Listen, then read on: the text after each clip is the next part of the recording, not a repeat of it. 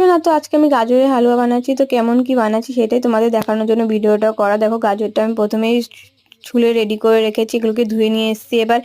এবার গাজরটাকে গ্রিল করব এটা দিয়ে। মা অনেকদিন ধরে গাজর নিয়ে এসেছিল, এই দেখো গ্রিল করার পর এরকম হয়েছে, এরকম দেখতে লাগছে। এবার আমি ঘিটা দিয়ে দেবো কড়াইতে।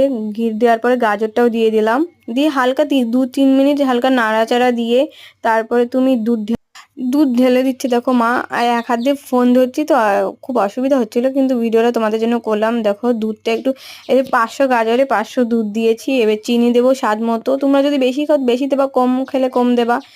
দিয়ে এবার তেজপাতা দিয়েছি, এলাচটা আগে দিয়ে দিয়েছি মা, বুঝতে পারিনি। এবার দুধটা দিয়ে দিলাম, গুঁড়ো দুধ, যাতে টেস্টটা ভালো আসে। এবার কাজু কিশমিশ দিয়ে দিল মা, দিয়ে দেবার একটু ঘিও মিশিয়ে দিলাম। তো আগে একবার ঘি দিয়েছিলাম যখন ভাজার সময়। এতে আমাদের গাজরের হালুয়া একদম রেডি। দেখতে পাচ্ছ খুব সুন্দর হয়েছিল খেতে, তোমরা বানিয়ে